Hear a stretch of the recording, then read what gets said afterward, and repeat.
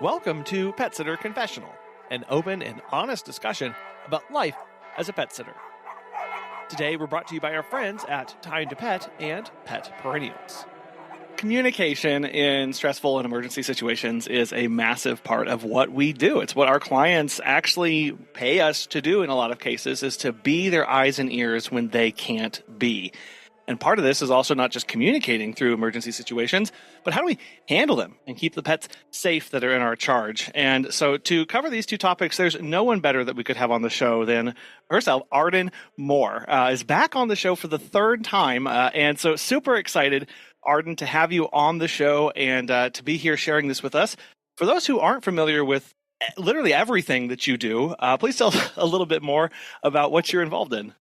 Well, first of all, pause up, everyone. I love pet sitters. You are the front line for protecting our pets, and I'm very happy to be back on your show, Colin. My last name is Moore. I guess that says it all. I do a lot in the pet world. I am a master certified pet first aid instructor. I also have written more than 24 dog and cat books. So I have very strong typing fingers. I have the longest running pet podcast on the air.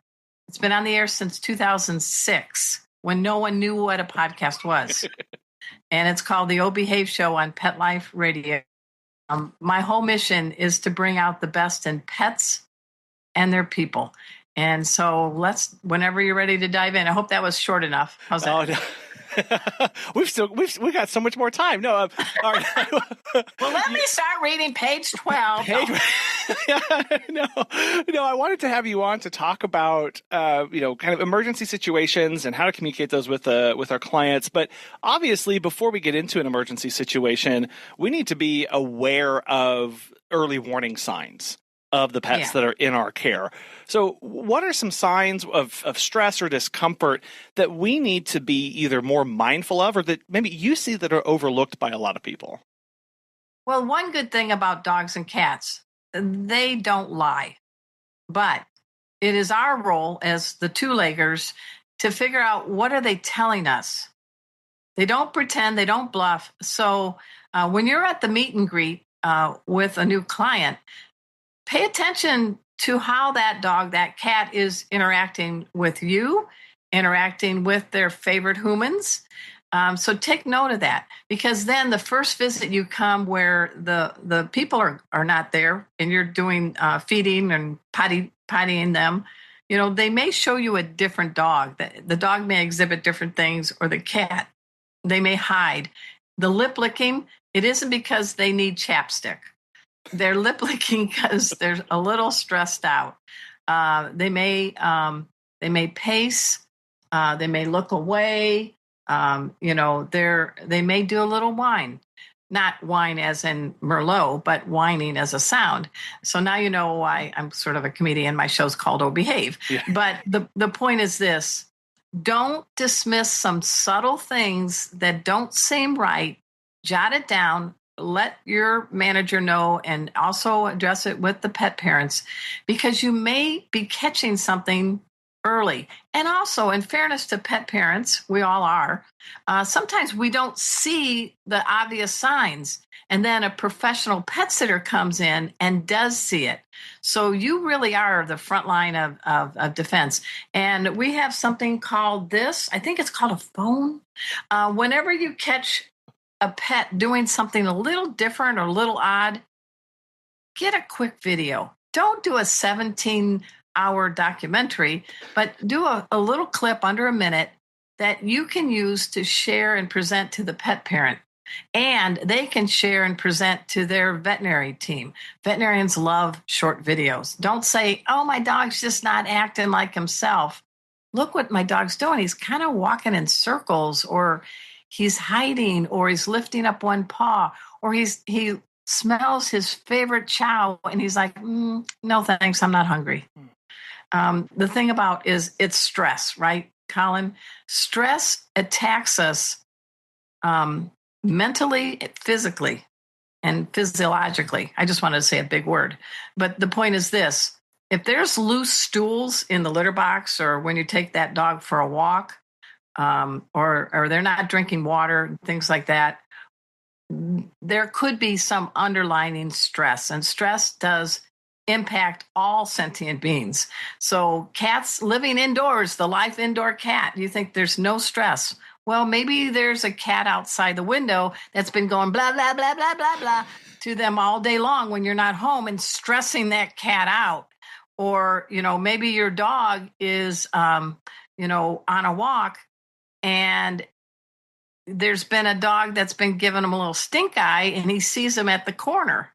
And you're like, why is that dog hiding behind me now? So you really do need to be like a pet detective. Gather clues, gather the time when you see these, take short videos.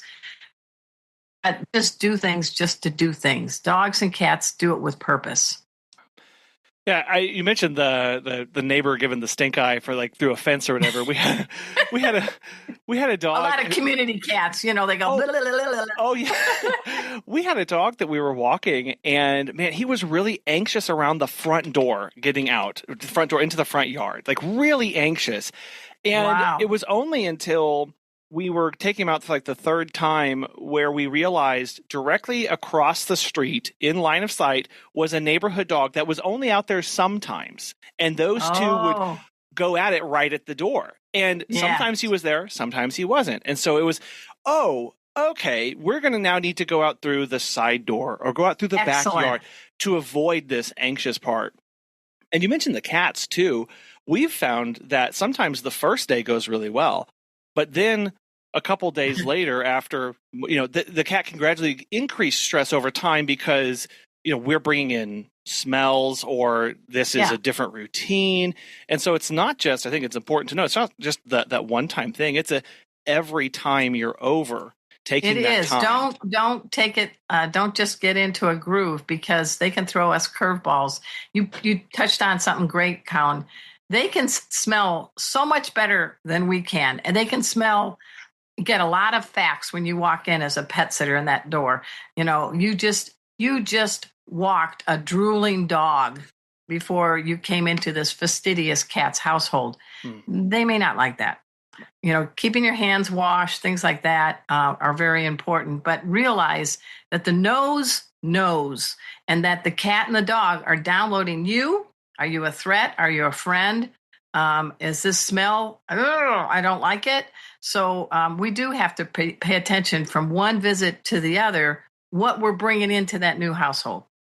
I don't want you to be changing 17 outfits in a day, but pay attention. If you get poop on you, puke on you might just want to have an extra shirt or pants that you can have to change, because that could make a difference between a pet being reactive. Right. And then all of a sudden we're sitting there going what's going on? I didn't do anything different today. But if the previous dog was stressed out and I stepped in its poop that was coming from it was stressed out now, right now, or whatever. And I'm like, what? Oh, I didn't do anything, but something else did. But you mentioned the video aspect of this. What are some ways that we can communicate to our clients without, being alarmist or ringing the klaxon while they're away on vacation? Well, don't talk like this. Oh my God, your dog did this. Because then they're like this. But you need to use the we voice. We love pets, don't we? Rhetorical. And we here at Pet Sitter 101, we're so glad that you trusted us to take care of your dog, your cat. And I know we all want to bring out the best in them. And I just noticed these things. What do you think? And pause. Don't lecture. Don't say what more than batshit. Why did you do this for your dog? I mean, don't be critical.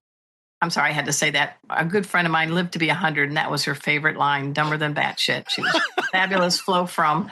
But the point is, we don't want to put them in a defensive posture. Be an ally to the pet and the pet parent. Offer solutions and ask a question and give them the chance to process and be able to come up with some ideas. But if you go, this dog is doing this and this dog is that, and you do your finger wagging, I'm not listening to you. Would you listen to somebody like that, Colin? No. All of a sudden, I'm on the defensive, or I'm trying to rack my brain for what's going on. And we often forget that, well, they're away from the home. They were focused on something else. Exactly. Their brain isn't primed for this. And so when we pop in and just hit them with a fire hose of information or panic, of course, they're going to be left on the floor, like, what just happened? And how do you learn? How do you remedy things when you're stressed out? When you're on the defensive, you don't. And so I know we have to be, you all as pet sitters, you all have to be a little like a psychologist for 2, 3, and 4-leggers. Watch your words. Less is more. Little pauses so that they get a chance to process what you're saying and have some good breathing, because it does help you. But again, eye on the prize. The eye on the prize for you as a professional pet sitter is to say, I've noticed these things. What can we do together? Is this something different? And be collaborative and be supportive, but don't wag your finger and don't say, bad things, because that is not going to make the relationship with you and the pet parent stronger. They're going to go get another pet sitter. Well, and then it seems like each time we reach out, it's just about the bad things, or to panic them, or right. Yeah, we got to say good stuff. Right. It's like getting a report card when you have a pet sitter visit. You do want an A once in a while on the card. Right. The dog smiled at me today. But having that supporting evidence really helps too. And whether it's a video or a photo, we really enjoy doing that, because we're taking care of a client right now who we came over, and man, paw pads just bright red, and we're not sure what's going on, but it's not bothering him otherwise, and he's perfectly happy pup. But photos of all pads. Because red paw pads could mean an allergic reaction to a medication. It could mean that they're too hot, or they even got 3rd-degree burns, and they're being very stoic. I mean, I'm a master pet first aid CPR instructor. I work with ER critical care veterinarians all the time, and our job is to give out good information and a good game plan. So this poor dog or cat, Casey says hi. Oh, hi, Casey. He is the hardest working. I'm going to say it. You tell me another cat in the world who has taught more people pet first aid. I don't know one. I don't. And he is a therapy cat, and he looks like a feline George Clooney, and he lives to help. And behind, I'm just going to do a quick intro. Yeah. That is pet safety dog Kona, who's also a therapy pet. And here, just to say support, is little Emma, my Gemma. So I have a team. But getting back to your question before we were rudely interrupted by Casey, the point is, don't dismiss red paws. That is that needs veterinary attention. Right. Yeah. And it was we don't know. Did they give a medication in the morning that they haven't updated us about? Did they get a bee sting? Yeah. We come in and we don't know. All we can do is document, assess, and then communicate immediately to the client, and then have them reach back out to us to then work with them. And in this case, it was being a pet sitter. You guys, I know you guys, I love you, because what you're doing every day, you get curveballs. Every day you get a curveball, and it's how you handle that. And I have been a long time advocate of professional pet sitters forever. And so keep going. I'm sorry. It's your show. Well, actually that ties right into really another aspect of this, of the curveballs of this requires a lot of us. And yes. How do we, or what kind of mental preparation or mindset do we need to make sure that we're bringing into each visit? Well, I think we have to go in there with a can-do attitude. We can do this. We also have to give ourselves a little positive pep talk. We also need to give ourselves permission. This is really important. I do this in all my students, in all my classes in first aid and behavior. You all have permission to freak out later. And my sister was an ER nurse for 35 years. She taught me a lot. You need to go into a situation with really good breathing, not shallow breathing, because your brain doesn't think when you're panting. But you need to go in with this, that I am here and I need to act in the present moment. Or as Casey would say, my cat, you got to be in the me now, because you can't do anything about what happened. You don't have control of the future. But if you stay in that present lane, pet sitters, and you have a can-do attitude, and you look, listen, smell, and safely touch, gather clues, and you know that when you're done, your shift is done, you can freak out. That's what a lot of first responders, that's how they're trained. I train paramedics, EMTs, vets, vet techs, all different kinds of people. And we all together recognize that you got to have an outlet when the situation has been stabilized, the pet is at the vet. Go cry, have a shot of Fireball. I don't care, whatever it is you need to do. But you need to be in that moment with good breathing, good pet detection skills activated, and know that later you can freak out. I mean, if somebody told you get to freak out later, Colin, how does that resonate with you? It gives me my ability to be here in the present and focus on what's at hand. And I go, look, I'm going to get to that. Like, that's on my to-do list, right? The cry is coming, but gotta have a cry, yeah. Right now. And you mentioned the breathing aspect. I think that's a very underappreciated part of what we do. I am not built like a yoga teacher, but I will tell you this. Since I really started focusing on my breathing, and this is what I've learned from my first responders, is I can see better, I can hear better, I can smell better. You know, your breathing come the diaphragm gets the brain and the body in harmony, and you are now able to focus. But if you are just, like this, you are not. You're a hot mess. And then the dog, the cat, or even the guinea pig, they smell your fear, your indecisiveness. And depending on the personality of that dog or cat or whatever, they may not be really delighted to have you come near them. But if you approach calmly and be able to have good breathing, it actually helps in all aspects of life. You will be more receptive to a pet need because they know that you're a human that knows what they're doing. Have you heard of Time to Pet? Dan from NYC Pooch has this to say. Time to Pet has been a total game changer for us. It's helped us streamline many aspects of our operation, from scheduling and communication to billing and customer management. We actually tested other pet sitting softwares in the past, but these other solutions were clunky and riddled with problems. Everything in Time to Pet has been so well thought out. It's intuitive, feature-rich, and it's always improving. If you're looking for new pet sitting software, give Time to Pet a try. Listeners of our show will save 50% off your first 3 months by visiting timetopet.com/confessional. We are able to focus on those little details, like you said. When I'm not just here panicked, starving my brain of oxygen. I am able to then You're the scientist. You got that, yeah. all that stuff, and I know for me, sometimes in those stressful things or where there's a lot going on, just intentionally stopping and focusing on like just one thing right now. And a lot of times for me, it's just, I'm going to stare at the pet that I'm here for, not make eye contact because that may freak him out or whatever, or maybe slow blinking at the cat. But like, I'm just going to remind myself of, I'm here for you. I'm here for you.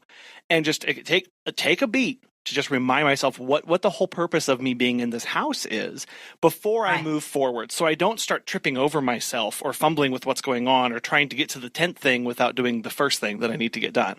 You need to not be an auctioneer or a sprinter if you're a successful professional pet sitter.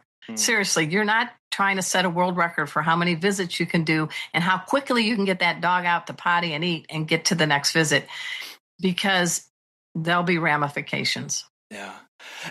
That's a really interesting point you bring up, because we have a team of employees that we bring on and train, and there are some that, man, when they see that timer ticking down, it's like game on. We're doing this, and they're like really proud when they're like, yeah, I finished that 30-minute visit in 20 minutes, and it's like, that's not the point. No, we need to go back. No, your client paid you for 30. Yeah.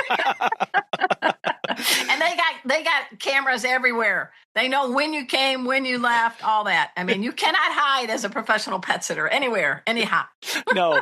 And we did another step. We put on bright orange visibility vests on us that are reflective. So we're even more just like these glowing orbs going throughout houses. So it's even worse. I love it, Colin.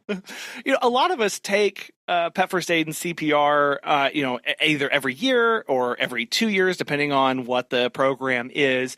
But there's a lot of in-between time, right, where we're not doing skills. Any recommendations are for us for drills or routines that we should be doing more to keep our skills sharp? I'm really happy you asked that, Colin, because repetition is the mother of all knowledge. I didn't say that. Some famous person said that. But in all the classes I teach, everybody's saying the skills out loud. They're not just listening to me saying the hand that does the pump is closest to the rump. That's an Arden original for doing CPR. But the point is, if you say it and you do it, you remember it better than if you read it or you hear it. And so I think when you're a pet sitter, it might not be a bad thing on a ride from one client to another to go through the steps of CPR. Do 30 chest compressions, open the airway, pull the tongue out, do a finger sweep to inspect the mouth, form an airtight seal, breath check, repeat. And you're like, why? People are going to think you're bananas, but you won't forget the order of it. Or when we're talking about choking, how to do the kitty and doggy Heimlich. But I think one of the most underrated ways to learn is to say something out loud to your. What do you think? I mean, does that resonate with you? Do you feel like if you said it out loud and not heard Arden telling you, you might remember it better? Yeah, it's now I'm being involved. I'm manifesting the next thing, right? I'm forcing a recall from my memory, and it does help because then I don't know if we're like helping our kids learn their spelling words. Okay, here's the thing. Yeah. When we do our spelling words in the exact same order every single time, guess what? Our kids get really good at doing the entire spelling list by the end without me having to say anything. Remind them of the next word because they Let know. the brain have a workout. Yeah. We always do. We did bumblebee. We did thimble. Oh, the next word must be X. And because it's this repetition, See the light bulb. Little light bulb, right? They know that's the next word.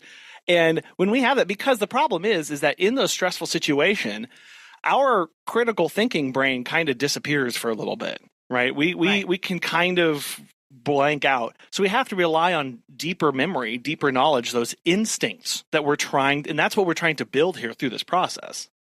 Yeah, like in a pet first aid class, it is not going to a mandatory HR talk. So I'm hoping that people will be actually animated and interested because they're going to learn how to save a pet's life. Yeah. But if you find a class, and my style, as you all can tell, I had a little humor in it. And I have fun little sayings. Everything's been approved by my anointed veterinary advisors with all their Vanna White initials. But I want you to be engaged. I want you to kick in your brain.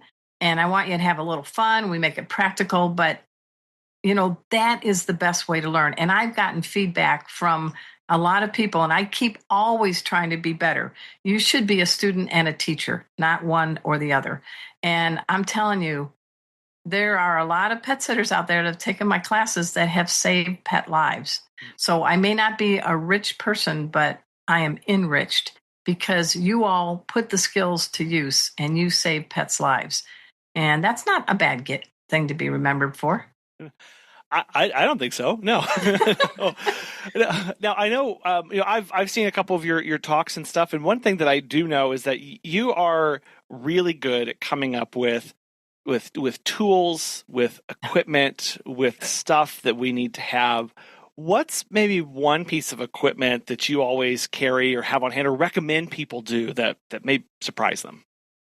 Well, I have 2 registered trademarks, Colin. Pet First Aid for You, Circle R, and Four-Legged Life, Circle R. I was about to get my 3rd, and I created a whole teaching program called How to Be a MacGyver. What do you do when you don't have a pet first aid kit and the vet clinic? What can you use, grab, to render aid, stabilize, and get that pet to the vet. So in my car, I always keep a bath towel, always. I always keep a spare leash. That's nothing out of the ordinary. But I also keep a modified IKEA blue shopping bag. And the reason is I cut the length off and I leave the handles. And you now have a $3 makeshift gurney that folds up very nicely in your car to be able to transport a larger dog who's injured or has a limb injury. So let's say I have some big news. We just adopted a third dog. Her name is Bella. She's 55 pounds. She's a Greyador. I didn't know what that was. Oh. Greyhound Labrador. She's a mutt. She's black with a little white. And she's about 5 or 6 years old, has had leg injuries in the past. And I think I'm strong. But now if something happens to Bella, I have something that I can use, a makeshift gurney, to get her into the car. And I have some science background genetically because my dad was an engineer. And so I have that engineer brain sometimes. This is better than wrapping an injured big dog in a towel or a blanket, because if you have to scoot across carpet or rugs, those cause friction. This is slickery. This does not cause friction. And it's cheap, it's lightweight, and easy to keep in your pet sitter vehicle. So of all my MacGyver tips, my blue bag, what do you think? I love it. And slickery is that very technical engineering term. So Yeah, I'm glad we're using those today. But I actually, this is weird, but I'm really glad that you used that example because we had a client who reached out to us who said, my 90-pound dog can't get up. Oh. And I need help. I don't know what to do. And we've taken care of the dogs off and on. We weren't on duty to, be caring for them. And I said, do you have an IKEA bag? Oh, good. And she said, I actually do. And so she was able, we didn't even go over and help with this. And she was able to use this to help her get her dog in. And it's things like that just being aware of our surroundings, because we might not have an IKEA bag, but we need to know what can we go look for that is something like that. You might have we got those big plastic shopping bag. Everybody gets the totes and all that. Just modify it. And you got handle, and just keep it in your car. And trust me, I've used it in my neighborhood when I've seen a dog get hit by a car. And I'm able to render aid to that dog. So to me, it's a very MacGyver way of helping a pet. Yeah, no, I love that a lot. And I think it reminds you just how adaptable we have to be to every situation, because every situation is different and unique. And there are some standardized skills. And I think that's often where we get really comfortable is we get in the lane, we know the number of compressions, we know what we're supposed to do next in these steps. It's when we don't have those things, all of a sudden now it's it's not perfect. It's not like the situation. It's not like, how do we get better? How do we get better? How do we get into that mindset to handle more curveballs of we've done the training, we've done the, but this one's different, or I left my emergency kit at the in my other car, or whatever that is. Well, that's why in my Pet First Aid for You classes, we teach you not only the skills and how to do it, but we also give you tips on how to react and act and think on your feet, because the mental game is so much crucial in helping a pet who's injured. And, I'm always learning new things, and I'm always sharing new things. And I think if you as a pet sitter can say to yourself, yeah, I know 30 compressions, 2 breaths, 30 compressions, 2 breaths, I'm done. How are you going to deal with a little cat versus a Great Dane who you suspect their heart has stopped? So you got to open up to new ways. The people the veterinarians from the Recover Initiative, led by Dr. Dan Fletcher from Cornell University, he's my personal hero, set the standards on how to teach CPR. They got new standards now for cats. one and two-handed CPR. We're teaching that now. So as pet sitters, don't get in the comfort zone. Please don't think, well, I know this skill. It's never going to change. Well, look what's happened to TVs. Do you remember? I'm so old. You used to have antennas. Shut up, Colin. And now you can see everything on your phone. Well, same with pet and pet care. Don't be comfortable thinking this is the way it's always going to be, because there's going to be a curveball. That's the theme of my talk. Curveball, and you got to adapt. So I don't know. Did I answer your question, or you did, and I think just continuing to get education, and so I think that's because there's always new things. Like we're introducing the new 1 and 2-handed CPR on cats to my students now that a year ago wasn't available. Yeah, we just found a new technique from the University of Pennsylvania's vet school that's published in the AKC Canine Health Foundation. You can tell I'm a former newspaper reporter because attribute. On what do you do? What is the most effective way to cool down a hot dog on a walk? And people, I want to share, if I could, do you put an ice pack on their neck? Do you put a wet towel around their neck? Do you put some dabbing under their armpits on their flanks? Or do you do a voluntary head dunk? Well, yeah, it's and I think some of it's situational, but I know a lot of people. But they have found, a lot of people would go to the. Well, I was going to say a lot of people would go to the armpits. Like that's very common. And we were teaching all that stuff, and we don't want to put ice on a dog. All right, here comes an Arden saying. Because ice, not nice, baby. So you can cause shock in an overheated dog by applying ice packs on them. Yeah. But they have found that the dunking in a 70-degree or water and a quick dunk actually drops the body core temperature because the dogs are panting. And when they're panting, that raises heat into the head because of the increased blood flow. So a head dunk drops the body core temperature. What do you think of that? I love it. That's brand new. Sharing it here on Confessional for the first time. And it's that kind of stuff where, again, like if we take the same, again, there's a lot of options for learning and getting this education, but if we're always going to the same source, or if we're always doing the same thing, and it's just this, and I did it once, you don't never need it again. Baloney. We miss out on that stuff. And if we just kind of focus back, and it's interesting how a lot of us will do that in our business of, okay, well, I've got to learn the new marketing skills, or I have to keep up to date with what AI is doing, or I have to do, because I got to stay ahead. But we let these other things kind of atrophy because, well, it's interesting how we place different priorities on these aspects of our business. As pet sitters, we're there for the joyful moments and the heartbreaking ones too. When a client loses a pet, finding the right gift can be hard. That's where Pet Perennials comes in. They make it easy to send thoughtful sympathy and milestone gifts with a handwritten card, colorful gift wrap, and shipping included in the US and Canada. You choose the gift, they handle the rest. Sign up for a free Gift Perks business account and get discounted pricing with no fees or minimum.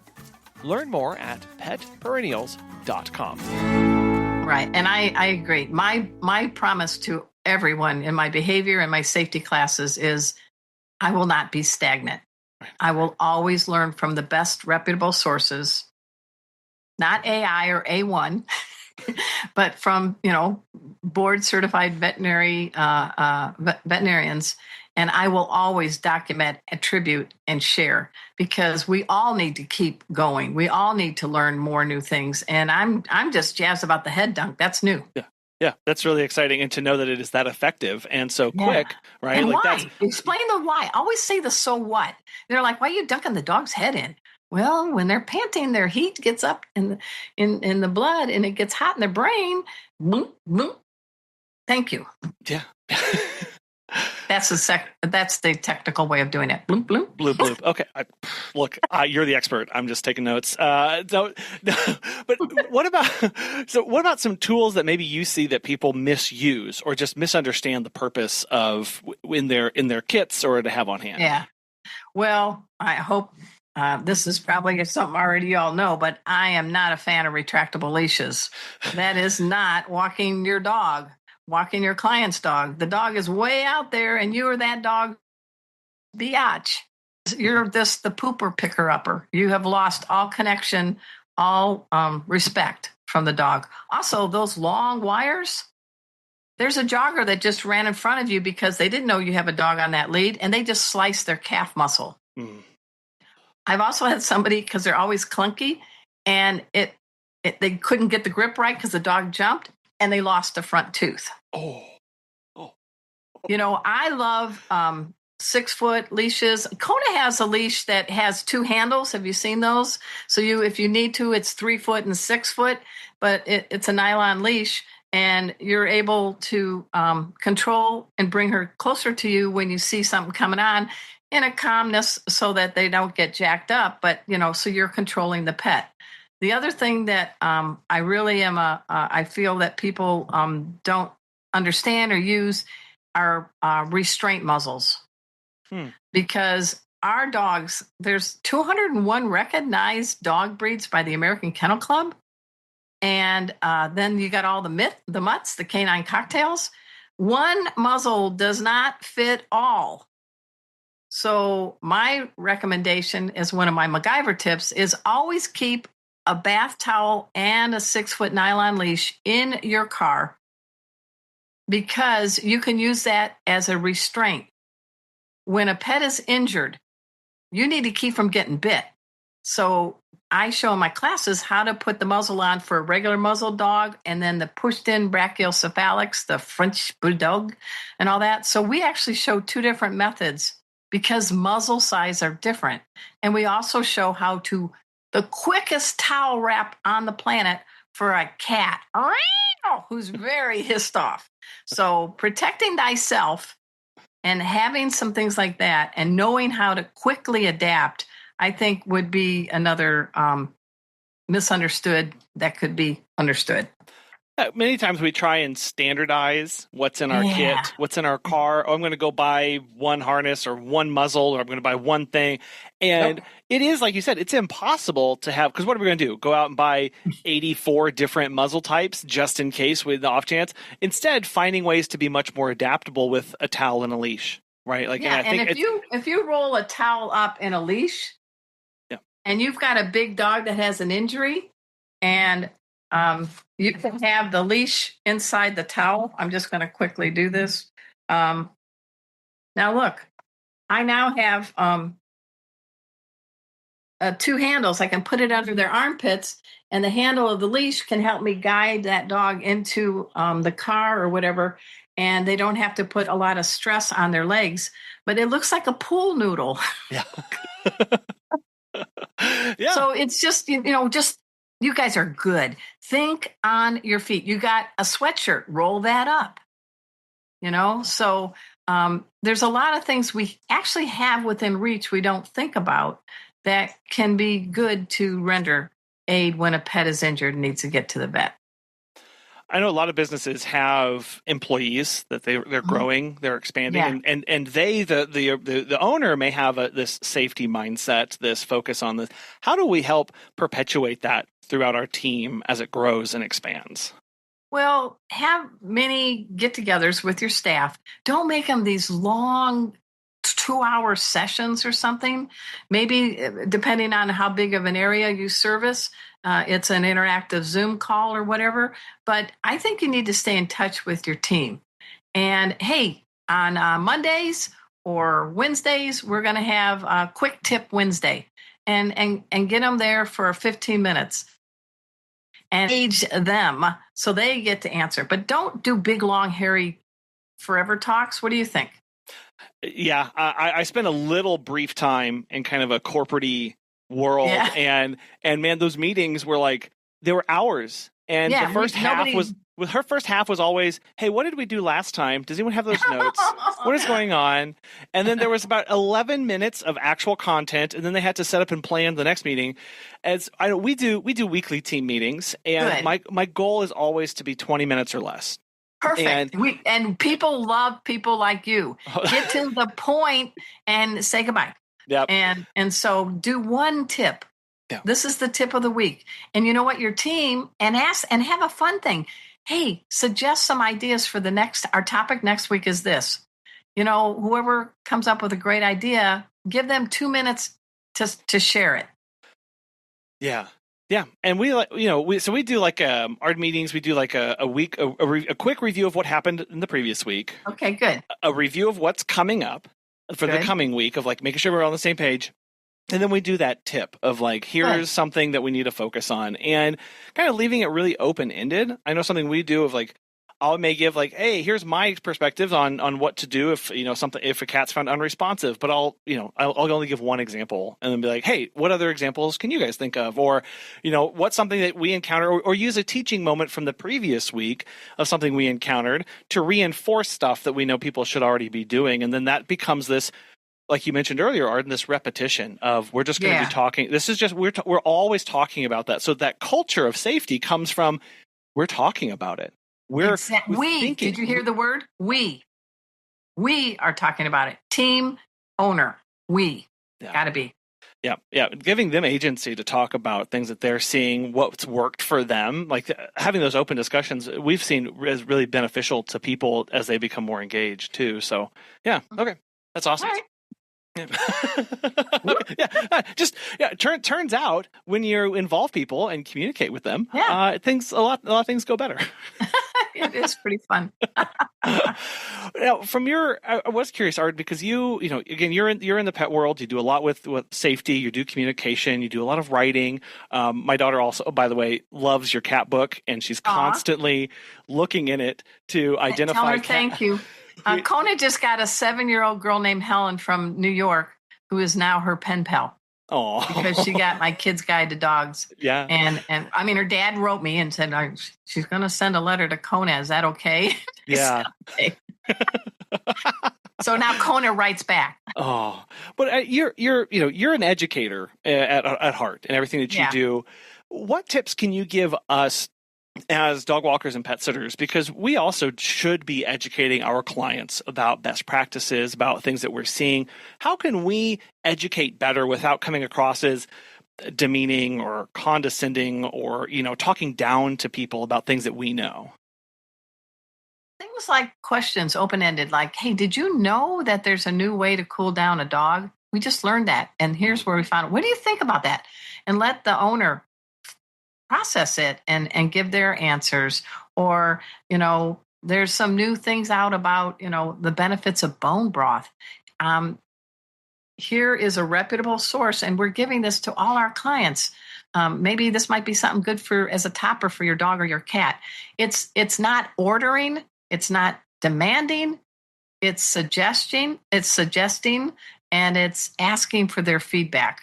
And then you will become more than a pet sitter that they pay or whatever. You became a human being. You became part of their extended family. You're an aunt, you're an uncle now to their pets.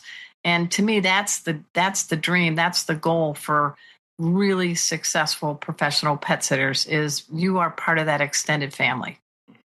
It's that position that we're coming here. It's this attitude of help, right? I'm here to help. Not a know-it-all. Right. Just here to help. Yep. It's I'm learning stuff all the time too. And I think that's part of where a lot of humility can come from if we're constantly learning, right? If I'm learning, I recognize I don't know everything. So I can share what I can with you so that you're living a better life with your pet. I agree. But there is a line there sometimes we get really invested in our clients, right? We get really invested in them. So how do we, or any recommendations for walking that line between being helpful and, over-involved, let's say, in our clients' lives? You're not showing up at their daughter's 7th birthday party unannounced. Don't do that. Please, pet sitters, please don't. Okay. But, make sure whatever you share with them has been validated by a reputable source. We live in an era of too much information, misinformation. Joe Bob Billy's veterinary website means nothing. Go to things like the American Association of Feline Practitioners, Fear Free, American Veterinary Medical Association, all these groups. And if you have something to share with your clients, give it to them and cite the source. and let them have time to process it. But be careful what you share. AI is crazy out there. You think it's it could be a mock-up video that really isn't true. Dogs don't do, ballerina dancing, So just get the tutu out of your mind of the bulldog. But I'm just saying, just be in the mindset, like you say, of wanting to help, but respect that this is a family unit and you've been invited to provide some care to some of their members of their family. It doesn't mean that you're invited to their high school reunion. So you got to know your boundaries. There are pet sitters out there that are best friends with some of their clients, and there are pet sitters out there that have had a business relationship with the client for years, and they don't even know the client's birthday. Right. And that's okay, because if you are providing the services that you have been asked to do, everyone's happy. Arden, it's always a pleasure and joy to have you on the show, and I'm so thankful for your time today. Again, your last name says it all. You've got a lot going on. So for those who want to learn more, either with classes or just get connected with really good, solid information and follow along with you, how best can they do that? Well, I did have some news I wanted to share. For years, I've taught in person and interactive Zoom. And just about 10 days ago, we launched 2 courses for all you. It is a self-guided dog-cat first aid CPR course, or we have now a cat-only first aid CPR self-paced course online. And you can learn anywhere, anytime, in your pajamas. And you will earn a 2-year certificate. There's little quizzes at the end to make sure you weren't sleeping. And it's all available at Pet First Aid, the number 4, the letter U, Pet First Aid for You. And then just go to ardenmoore.com. But I'm really excited about that for the pet sitters, because we train a lot of pet sitting staffs. And now you pet sitter owners, you have 3 options: in-person, interactive Zoom for your team, and maybe for the high turnover group, they can go to the self-paced course. And it's fun, it's practical, and my cat even is a comedian in class. So Casey and Kona are on the screen with me. This isn't demo dogs. This is a real dog, a real cat. We're teaching you what to do. So, and of course, follow my Behave show on Pet Life Radio. And the last thing is, people may not know this, but for the last 12 years, I've been the editor of the NAPS Pet Sitting Quarterly magazine. I love PSI. I love NAPS. I have a lot of friends in all the realms, but I am always trying to spotlight good things and trends for you pet sitters. So there you go. Is that enough? And my YouTube. Yes. I finally got over almost 1.5 million views. They're not all my relatives. And I have over 900 views, 900 videos. So go to Arden Moore on YouTube and check us out. Yeah. Well, I'm just glad that Casey and Kona let you in the class that they teach, and they put up with so much there. It's good to know, and one is like sleepy. Yeah, I'll have links to all of that, Arden, in the show notes and on the website, so people can get connected. Look at those 3 options. I'm really excited to see that self-paced course come out, because I learned a lot about platforms and blah blah blah, but everything's been tested, and we're geared up and ready to go. Awesome. Well, I'll have that so people can get connected and start learning today. Arden, again, always an immense pleasure. Thank you so much for your time today. And thank you, Colin, for everything you're doing. Appreciate it. Pause up. You have permission to freak out later. One of the most important factors in handling any emergency is the control and discipline that we have over ourselves. By training, by practicing, by rehearsing, by making sure that we're in the right mindset, we can put off our initial reaction and instead respond the way we need to handle that situation in the moment. What I love about this statement from Arden is that it also still gives us permission to handle and deal with our emotions, but at a more appropriate time, one where we actually have space to process, to deal with them, as opposed to doing the actions and handle our responsibilities of taking care of the pet and dealing with the emergency. Being prepared means practicing, rehearsing, being certified, going to all the classes, working through these scenarios, having all the things with you. But that's to handle in the moment. Are we prepared to deal with the emotions and the fallout of those situations later? As you look to prepare yourself or your team, if you have them, make sure that that is also part of your emergency preparedness. Walking through the emotions that come with this to make sure that you have an outlet for that and have a place to go. We want to thank today's sponsors, Time to Pet and Pet Perennials, for making today's show possible. And we really want to thank you so much for listening. We hope you have a wonderful rest of your week, and we'll be back again soon.